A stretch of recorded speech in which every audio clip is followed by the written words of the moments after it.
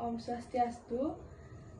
Perkenalkan, nama saya Niputu Risma Febriani dengan NIM 22026120101081, absen 12 dari kelas pemasaran A. Baik, di sini saya akan menjawab soal UAS etika bisnis. Baik, saya akan menjawab pertanyaan yang pertama tentang karyawan membocorkan pemalsuan laporan keuangan.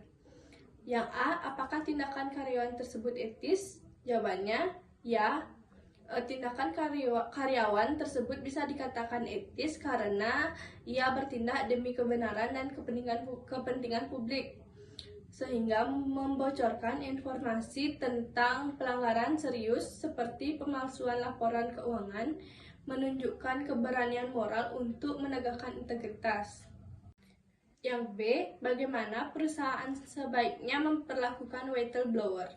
Nah, perusahaan seharusnya melindungi whistleblower, bukan memecat mereka. Nah, whistleblower perlu dihargai karena membantu perusahaan memperbaiki diri, sehingga perusahaan idealnya memiliki sistem pelaporan internal yang aman dan rahasia untuk kasus semacam ini.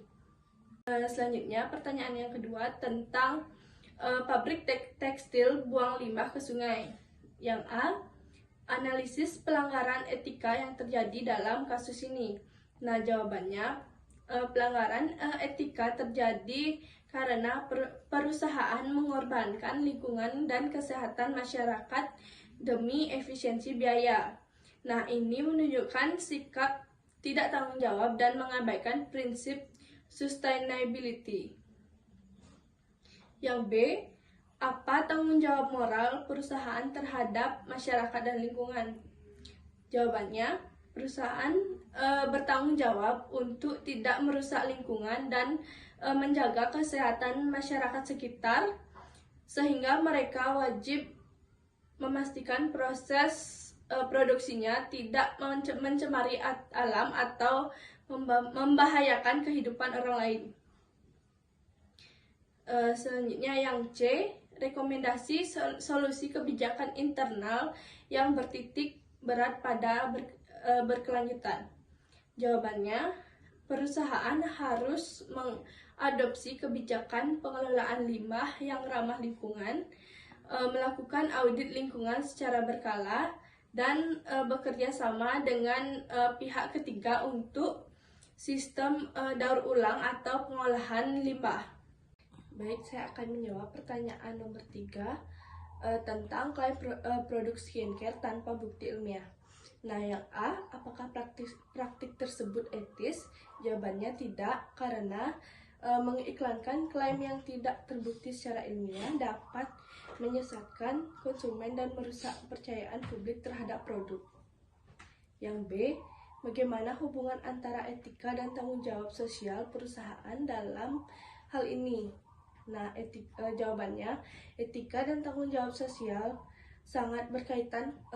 Perusahaan harus memberikan informasi yang jujur dan transparan serta bertanggung jawab atas dampak yang mungkin ditimbulkan oleh produknya. Yang C, apakah dampak terhadap jangka panjang kepercayaan konsumen? Nah, jawabannya, jika konsumen merasa tertipu, mereka bisa kehilangan kepercayaan tidak hanya terhadap produk tersebut, tetapi juga seluruh merek. Nah, ini bisa berujung pada penurunan penjualan dan reputasi perusahaan. Selanjutnya, soal yang keempat tentang manajer pengadaan memilih vendor dari kerabat. Yang A, analisis apakah tindakan tersebut etis? Jawabannya, tindakan tersebut tidak etis karena menciptakan konflik kepentingan dan mengabaikan prinsip transparansi serta keadilan dalam proses pengadaan. Yang B, apa risiko etis dan hukum yang mungkin terjadi? Jawabannya, risikonya termasuk penyalahgunaan wewenang, korupsi, tuntutan hukum atas pengadaan tidak sah, serta kerugian finansial dan reputasi bagi perusahaan. Yang Selanjutnya yang C, bagaimana seharusnya perusahaan menyusun kebijakan untuk mencegah konflik kepentingan semacam ini? Jawabannya, perusahaan perlu membuat kebijakan konflik kepentingan yang jelas, termasuk kewajiban deklarasi hubungan pribadi dalam proses pengadaan. Selain itu, harus ada sistem audit dan tender terbuka yang transparan. Sekian jawaban dari saya. Saya ucapkan terima kasih. Om Santi Santi Santi Om.